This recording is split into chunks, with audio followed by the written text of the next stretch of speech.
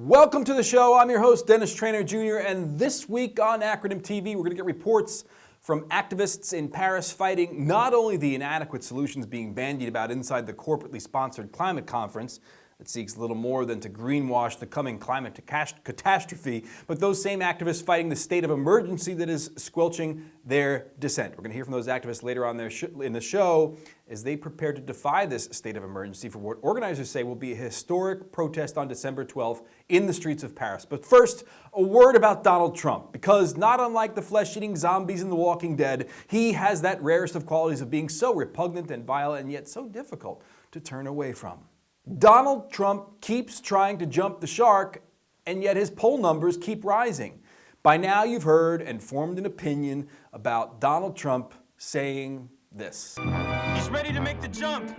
Donald J. Trump is calling for a total and complete shutdown of Muslims entering the United States until our country's representatives can figure out what the hell is going on.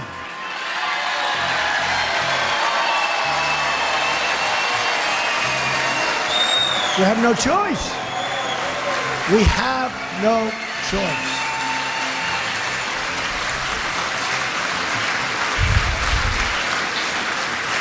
We have no choice. So by now, right, a pattern's emerged. Trump says something bigoted, violent, outrageous, something that would sink a campaign in a, quote, more conventional time, and then the opposite happens. The mainstream media fawns all over Trump for the next 48 hours. His poll numbers continue to rise. Won't some old soul, some grandfatherly figure who has seen it all step in and, without all the hyperbolic vitriol, quiet the cacophony of screaming pundits and internet trolls, each of us screaming down our own well, enamored by our own echo? Tom Brokaw attempted to occupy that very role earlier this week, saying that Trump's promise to ban all Muslims from the United States was much more than a shouted campaign provocation, calling it a dangerous proposal. And on this point, there is little to argue about. Trump's statements are dangerous. Trump's followers are dangerous. Trump's statement, even in this season of extremes, is a dangerous proposal that overrides history, the law, and the foundation of America itself. In my lifetime alone, we have been witness to the consequences of paranoia overriding reason. During World War II, law-abiding Japanese American citizens were herded into remote internment camps, losing their jobs, businesses, and social standing. Well, see, this is refreshing, a critique of Trump that's placed in the context of our own country's shameful history. And that was even the so-called greatest generation, wasn't it, Tom? Nice that you eschewed the quick and easy comparisons to Hitler. At the same time, in Germany, a regime that declared war on its own citizens if they were Jewish. Okay, well, he had to go there. And I guess to be fair, I have heard, right, that some Muslims are afraid now to live in the United States. And pockmarked across America with growing frequency are incidents of intolerance, intimidation, and violence towards immigrants in general, and Muslims specifically, whether those Muslims were born in the United States or not. So the reminder of the lessons of Nazi Germany are worthwhile here. Whether or not Trump actually becomes president, he has tapped a reservoir of xenophobia that exists here in the United States, and not unlike the fossil fuels underfoot, humanity would be better served if we can somehow keep that toxic shit underground. But here, to my way of thinking, this is where Tom Brokaw starts to go off the rails a little bit. See what you think. But after the war, America still had to learn about demagoguery the hard way. Senator Joe McCarthy's reckless anti-communist witch hunt. It has been labeled. Making ever more outrageous claims, damaging reputations, until one day. Have you no sense of decency, sir? Right.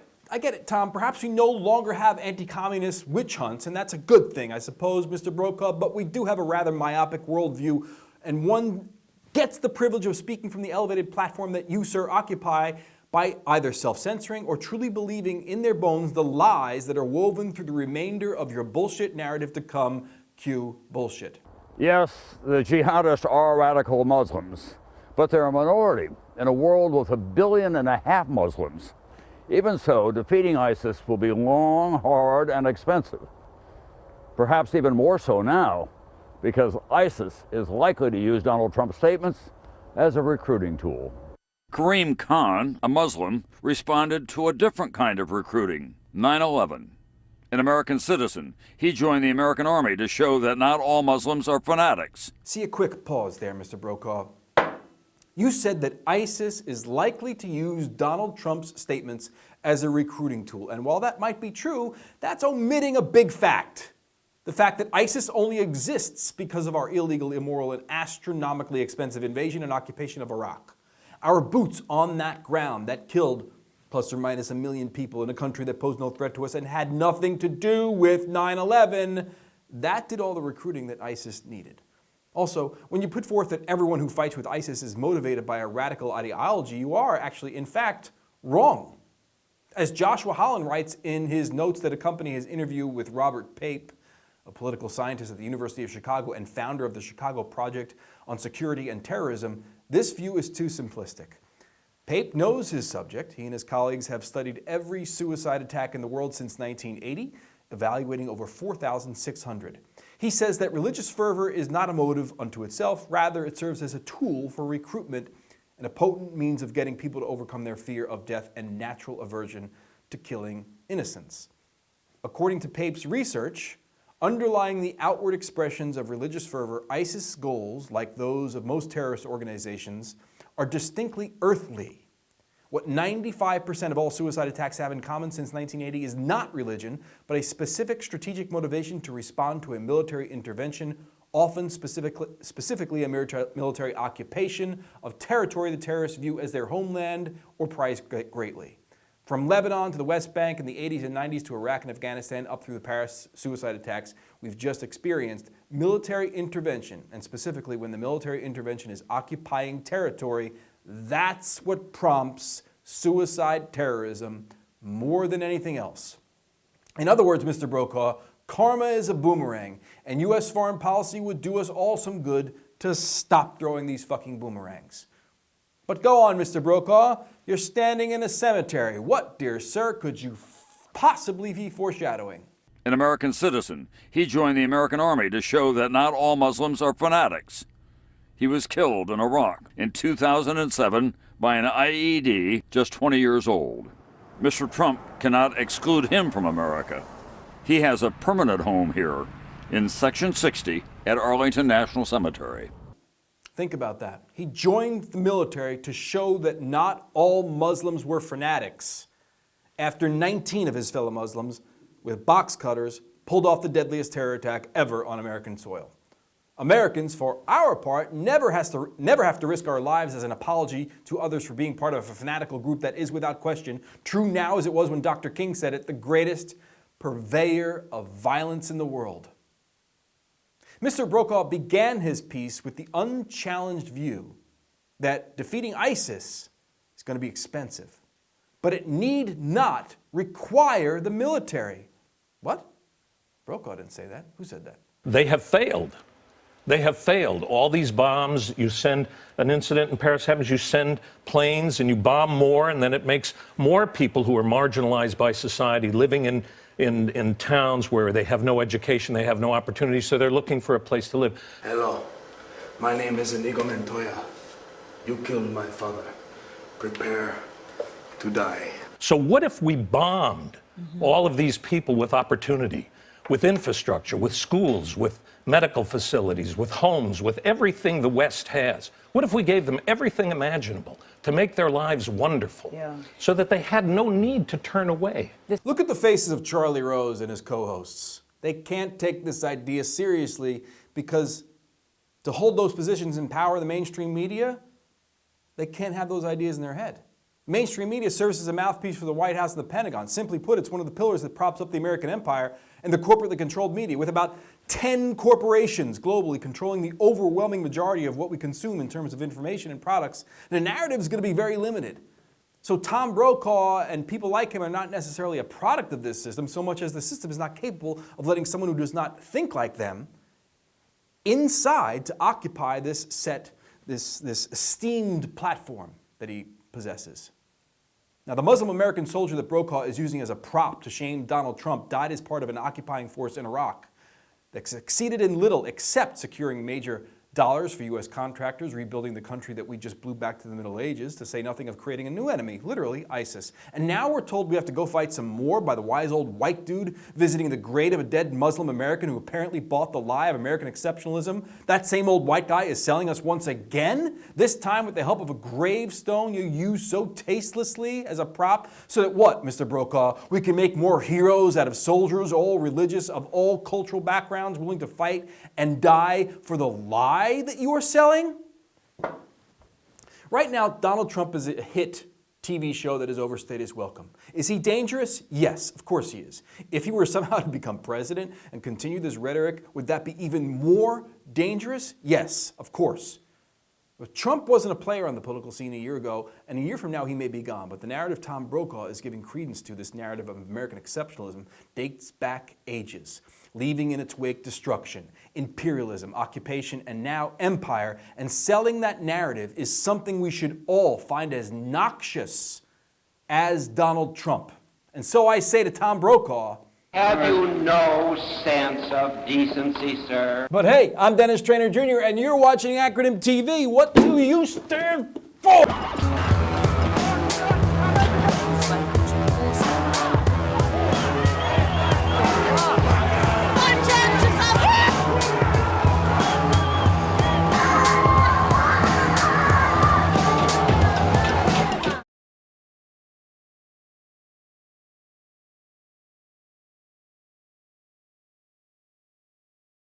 An all-Indigenous flotilla of kayaks took to the waters of Paris earlier this week, using the event as a platform to reject false climate solutions and deliver 3 key documents designed as a means to address climate change.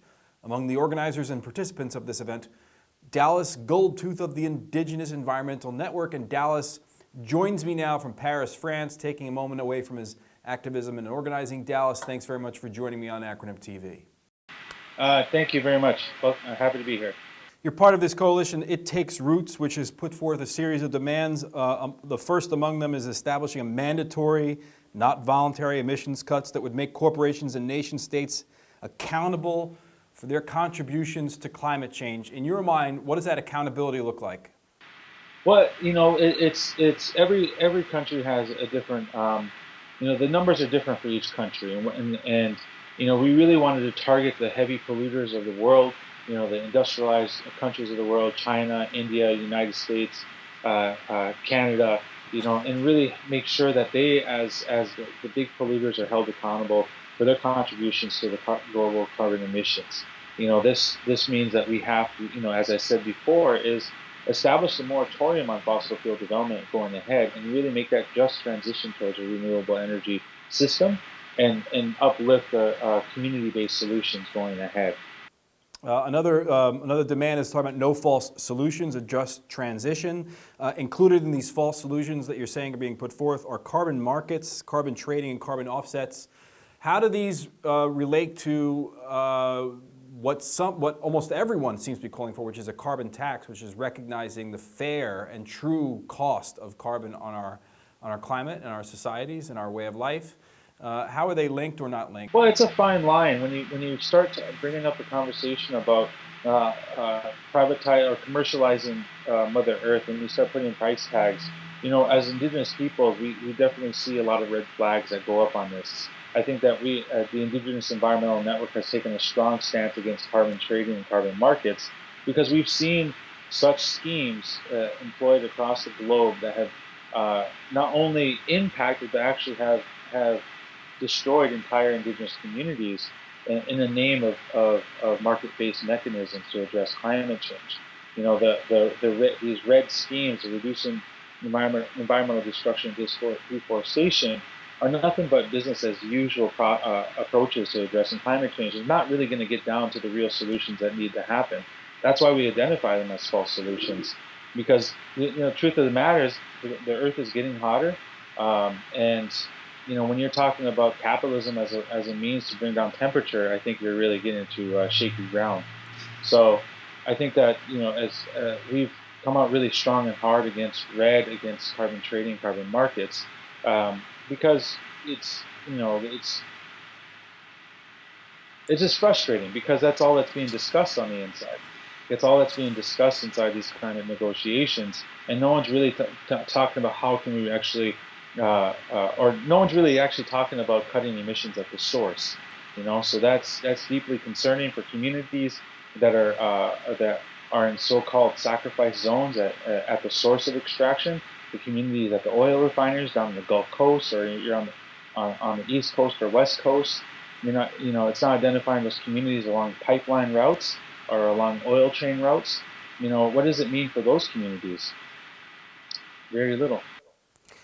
Yeah, I mean, there's even evidence now, or scientists, some are starting to come out now and say that they're self-censoring their own kind of almost apocalyptic scenarios because they know that they exist within a system, and that system includes the very funding of their own research, right? That's putting forth these proclamations, and they know that the solutions that are being discussed inside that conference, that corporately sponsored conference, aren't going to lead to any real just solution. Our purpose being here in this space is to not only address the ecological crisis, but then also to talk about those root problems that are facing our communities, that are facing our nations, that are affecting those on the front lines. It's beyond just the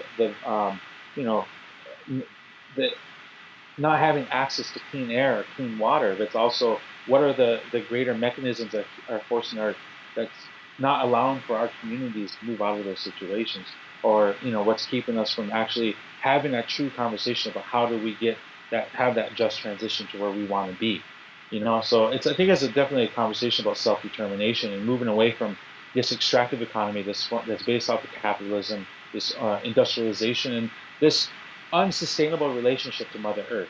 And that's what we as Indigenous peoples have been trying to bring to the table for generations now, is that we have to renew that relationship and encourage non-Native people across the globe to really have that sincere conversation about the system overall, its flaws, and advocate for a systems change.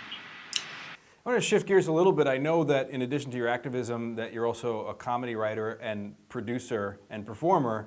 Comedy is a great way to talk about things in a different way, using a different tactic. It might be a way in to talk about things. It's also sometimes a response to really horrific scenarios. As you're in Paris these 2 weeks, are you mining material? Do you see any material for future comedy skits coming out of this? Well, yeah, thank you for bringing it up. I'm with the comedy group, the 1491s, and I think that it's an all-Indigenous comedy group, and our content. A lot of people ask where it comes from, and I think it's that for me, my response to where the source of our comedy comes from is that there's so much dysfunction around us that I can't help but laugh. And I think that my mom always said is that Indians are the greatest cynics. We can't help but be very cynical, and I think that it creates great fodder for comedy. So definitely, being here in Paris for the United Nations climate change conference it's prime ground for a cynic to find the humor in some of the absurdity around us here. So, are you hopeful? Am I hopeful? I think it's a tough question, and the answer is it's difficult because I am not hopeful about the outcome of this agreement. And we haven't been even before coming here. We knew what was on the table. We knew what was being discussed,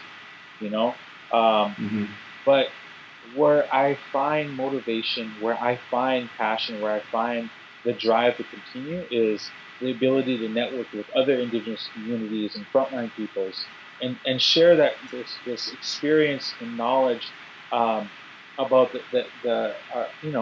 our unified plight of sorts, that struggle that we all participate in. Witnessing here on the ground this kind of synergy of people, Indigenous and non-Indigenous, who really are their eyes are opening and saying, we really do need some systems change here. That what's being negotiated is a complete absurdity. And that we have to take some sincere steps in a different direction. So I get hope out of that. I guess I get energy fed from that, and hopefully can take it back home and continue. The movement that's happening in the United States is the climate justice movement, which has been really energized the past few years. I mean, we had the Keystone XL win that I was a part of as the Keystone XL campaign organizer for IEN. And there's a lot of momentum going in a good direction. And so I think we want to take what's happening here back home, just plug in and just keep going at it and try to get mainstream citizens on board to really push hard for positive, lasting change. So with that hope and being a veteran organizer, imagine a crack in the system happening and somehow, despite both of our cynical energies, victory happening. The climate justice movement wins. Tell me what the headline in the paper of your choice is that day, and what the picture is that is above the fold that day. The headline that day is climate justice activists are out of jobs. I think that would be it. Honestly, that's the goal of any organizer, is to work yourself out of the job, and that's the goal I have. We do not buy and sell the air. We do not buy and sell the water. We do not buy and sell the earth. We do not buy and sell the fire. Those are what the true powers of the earth are. They are not those sitting in the United Nations who are denying the rights of Indigenous people. All right, continuing our coverage, we're talking with activists in the Paris Climate Conference. I bring in Shauna Foster now. Shauna Foster is a veteran of the U.S. National Guard, where she served as a nuclear biological chemical weapons specialist, and she now organizes with the Iraq Veterans Against the War. Shauna, thank you very much for joining me today. It's good to be here. So, not everyone, although a growing course of people, are seeing the connection between the military-industrial complex, the never-ending war on terror, and climate justice. My specific work with Iraq Veterans Against the War and climate change is really pointing out, Grassroots Global's justice slogan is no war, no warming, and we have to build an economy for the people and the planet. The mainstream media is hailing the COP21's proposed agreements as a great success with the red and the carbon exchanges that it sets up, but it's really a complete failure. Even if they have any agreement, there's nothing on the limitation on what happens with the military. Any one of these countries that signs to anything can say, well, there was a security risk, there was this terroristic threat, so I couldn't meet the carbon exchange credit, and I couldn't do any net zero. So that's a huge glaring thing that nobody at the COP is talking about, and especially when they frame resource extraction as a security issue.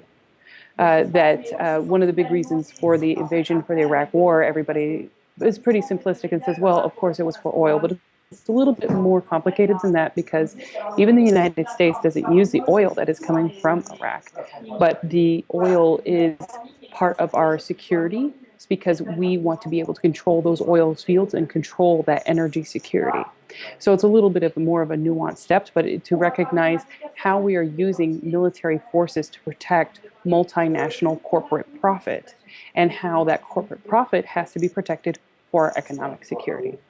So that's a big link between militarism and climate change. Another thing I'd like to point out is the politicians who say that climate change doesn't exist are usually the very same hawkish politicians who will fund tons of money into the Pentagon. And the Pentagon comes out and says climate change, of course it exists, and we're preparing for it. The Arctic is melting. We're spending billions of dollars into Navy icebreakers because we need to protect ourselves against Russia. And that was a place we didn't need to before, but now the Arctic is melting. They're planning for climate refugees. So really, the world's leader already has a coordinated response to climate change, and it's a militaristic response. Each country scaling up, escalating to protect their own in a world of dwindling resources. Not only does the Pentagon prepare for climate change, but United States being the second largest contributor to greenhouse gas emissions. Not included in that figure is greenhouse gas emissions that come from the Pentagon, which isn't required under any climate agreement, binding or non, and we don't have any binding ones yet, to disclose how much they actually contribute to pollution. It's a security issue. They can't tell us. Right. The military can't be transparent about its pollutants, and we know there's no biodegradable bullets. No tank runs on solar power. An extraction fossil fuel economy is required for the military to run on. So if we're not scaling back our military, then we're not really able to scale back any of the climate change that we are that we're not able to stop climate change and really have wholesale systems change. The It Takes Roots delegation has a plan of just transition to move us from a military-based economy to a regenerative economy. And the figure that it would cost is something like $3.8 trillion. Now that's a lot of money. And everybody's like, well, we don't have any of that kind of money. Yet, $3.6 trillion has been spent in the Iraq conflict. So where are our priorities in energy security? Why is our energy dependence on a dirty source like coal, like fossil fuels that require military protection, that require forcible extraction, instead of on a more regenerative source, real renewables that we could transfer our economy to?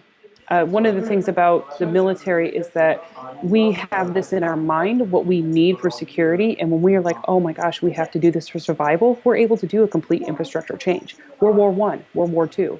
You know, people had to plant their own gardens. Women didn't wear pantyhose. You had to give medal to the war effort. People had to change their eating practices to support the troops because we knew it was for our survival. Yet we don't have that same kind of thinking when it comes to climate crisis. Nobody is willing to accept a system-wide call to change in their communities that we need in order to stop global warming.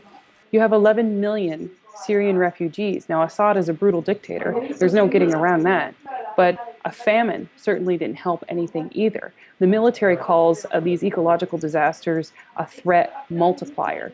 And when you stack up what happens with climate change and how much property and people loss there is versus terrorism, well, then looking at that factually, you can really understand, okay, climate change, global warming is the thing we really have got to mobilize around and be organized on.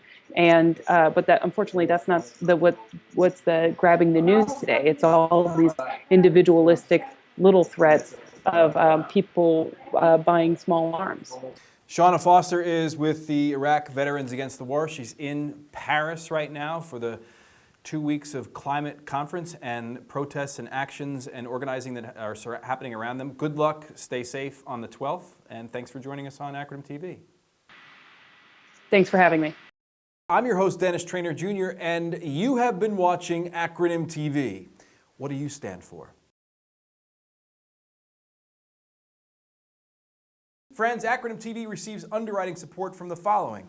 You, individual patrons, support Acronym TV with a monthly donation in any amount by visiting the link on the screen.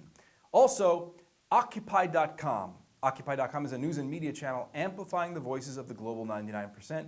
Find out more at Occupy.com. And Mint Press News. Mint Press is independent journalism through the lens of social justice and human rights. Get the story behind the headline and how money and special interests are shaping a global class war at mintpressnews.com.